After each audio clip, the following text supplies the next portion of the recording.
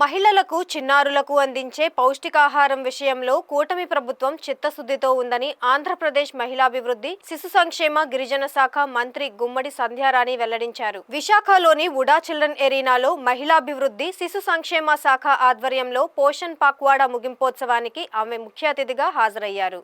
ఈ సందర్భంగా మంత్రి మాట్లాడుతూ ముఖ్యమంత్రి చంద్రబాబు నాయుడు మహిళా పక్షపాతి అని కొనియాడారు. అత్యధిక నిధులు కేటాయించి మహిళా శిశు సంక్షేమం పట్ల ప్రత్యేక శ్రద్ధ వహిస్తున్నట్లు తెలిపారు. మైదాన ప్రాంతాల్లో 70% సిజేరియన్లు జరుగుతుంటే గిరిజన ప్రాంతాల్లో 40% మాత్రమే జరగడం ఒక రకంగా మంచి పరిణామంగా పేర్కొన్నారు. గర్భిణీలకు పుట్టిన బిడ్డకు మొదటి 1000 రోజుల పాటు వారి ఆరోగ్య పరిరక్షణకు తీసుకోవాల్సిన జాగ్రత్తలపై తమ ప్రభుత్వం ప్రత్యేక శ్రద్ధతో ఉందన్నారు. మహిళల్లో రక్తహీనతను నివారించే కార్యక్రమాన్ని కూడా చేపడుతున్నట్లు తెలిపారు. డబ్బులకు ఆశపడి ప్రైవేటు ఆసుపత్రిలో అధిక ఫీజులు వసూలు చేస్తే చట్టపరంగా చర్యలు తప్పవని హెచ్చరించారు. ఈరోజు పోషణ్ పక్వాడా అనే కార్యక్రమానికి అవగాహన కార్యక్రమం మనం ఏర్పాటు చేసుకున్నాం.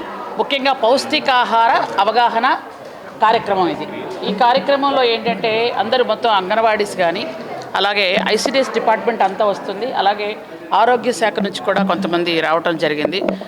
ముఖ్యంగా గ్రామాల్లో ఉన్నటువంటి మహిళలు వాళ్ళ తాలూకా అంటే గర్భం దాల్చిన నుంచి పుట్టిన బిడ్డల వరకు ఎట్లాంటి ఆహారం తీసుకోవాలి, పుట్టిన బిడ్డలకు ఎట్లాంటి ఆహారం పెట్టాలనే ఉద్దేశంతో ఇట్లాంటి కార్యక్రమానికి అవగాహన ఏర్పాటు చేయడానికి ఈ సదస్సు ఏర్పాటు చేసాం.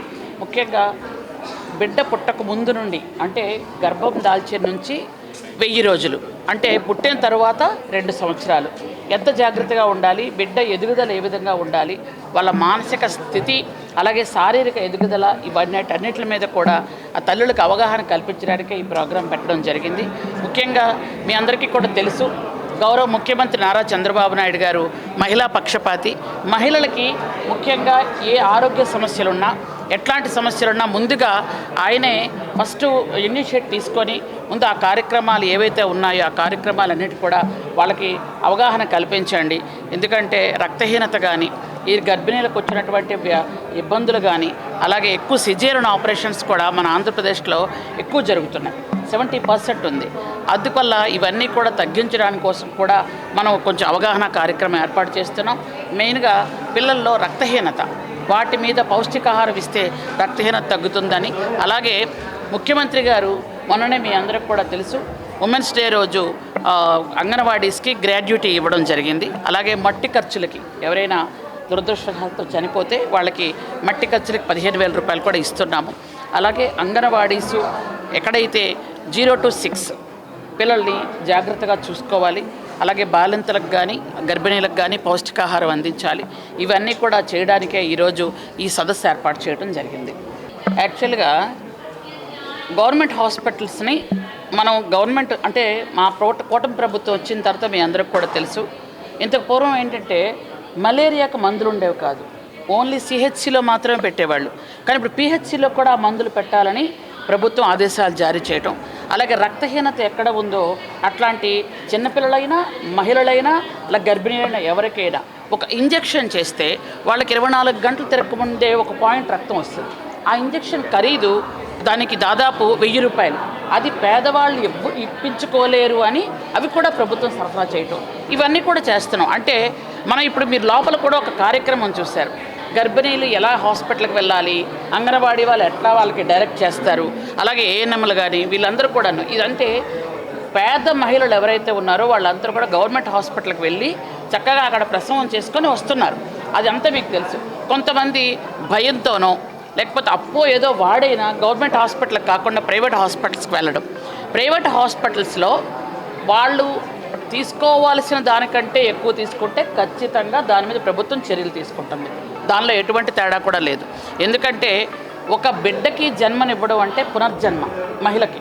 అట్లాంటప్పుడు కూడా ఇక్కడ వ్యాపారం చేయడానికి ఈ ప్రభుత్వం ఒప్పుకోవడం లేదు, ఒప్పుకోం కూడా. కాబట్టి అందులో నేను గిరిజన శాఖ మంత్రిగా ఉన్నాను, అలాగే మహిళా సంక్షేమ శాఖ మంత్రిగా ఉన్నాను. కాబట్టి ముఖ్యంగా మీకు అందరికి కూడా తెలుసు 70% ఆంధ్రప్రదేశ్లో సిజేరియన్ ఆపరేషన్ రేటు ఉంటే కేవలం గిరిజన ఏరియాలో మాత్రమే అది తక్కువ ఉంది, 40 to 50% వరకే ఉంది. అది మన్యం జిల్లాలో అవనియండి, అల్లూరు సీతారామరాజు జిల్లాలో అవనియండి. కారణం మీరు ఆ డాక్టర్ల దగ్గరికి హాస్పిటల్కి వెళ్ళి నార్మల్ డెలివరీ చేసుకొని వస్తున్నారు. లేదా ఇంటి దగ్గర చేయడం సేఫ్ కాదు, కానీ వాళ్ళకి వెళ్ళలేని పరిస్థితిలో కొండల మీద ఉన్నవాళ్ళు, ఎందుకంటే మా గవర్నమెంట్ వచ్చిన తర్వాత కొండల మీద వాళ్ళు ఉండిపోకూడదు అని కింద గర్భిణీలు వసతిగృహాన్ని పెట్టి వాళ్ళకి 2 నెలలు 3 నెలలు పౌష్టికాహారం ఇచ్చి అప్పుడు హాస్పిటల్కి తీసుకెళ్తున్నాం. ఈ కార్యక్రమాలన్నీ గౌరవ చంద్రబాబు నాయుడు గారు ఆదేశాల మేరకు మేము చేస్తున్నాం. కొంతమంది ఏదైనా ప్రైవేట్ హాస్పిటల్ అలా జరిగితే ఖచ్చితంగా దాని మీద ఎంక్వైరీ ఉంటుంది, చర్యలు ఉంటాయి. అంటే ప్రైవేట్ హాస్పిటల్ మీద ఎటువంటి ఏదైనా రివ్యూ పెట్టి మీటింగ్ పెట్టి అటువంటి వాళ్ళకి ఎటువంటి విధంగా చేస్తారు సార్ మీరు ఇప్పుడు చెప్పారు అంటే నాకు నేను కూడా బాగుంది, ప్రభుత్వం కోసం చెప్పారు. నేను అడుగుతున్న ప్రైవేట్ హాస్పిటల్కి వాళ్ళకి ఎటువంటి చర్యలు తీసుకుని రివ్యూ అలాంటి రివ్యూ పెట్టి ప్రైవేట్ హాస్పిటల్స్ మీద సీఎం గారు దృష్టిలో పెడతాను. ప్లస్ ఏంటంటే దానికి రివ్యూ చేయాలంటే మన హెల్త్ మినిస్టర్ గారు రివ్యూ చేస్తారు, ఇట్లా ఆయన కూడా దృష్టిలో పెడతాం. ఒకవేళ ఎవరి జిల్లాలో వాళ్ళు చేయాల్సి వస్తే నా జిల్లాలో చేయడం కానీ నాకు ఎటువంటి అభ్యంతరం కూడా లేదు ఖచ్చితంగా. ఎందుకంటే రాష్ట్రంలో ఎక్కడ ఏం జరిగినా ఏ మంత్రి అయినా వచ్చి చర్యలు తీసుకోవచ్చు, దానిలో ఎటువంటిది లేదు.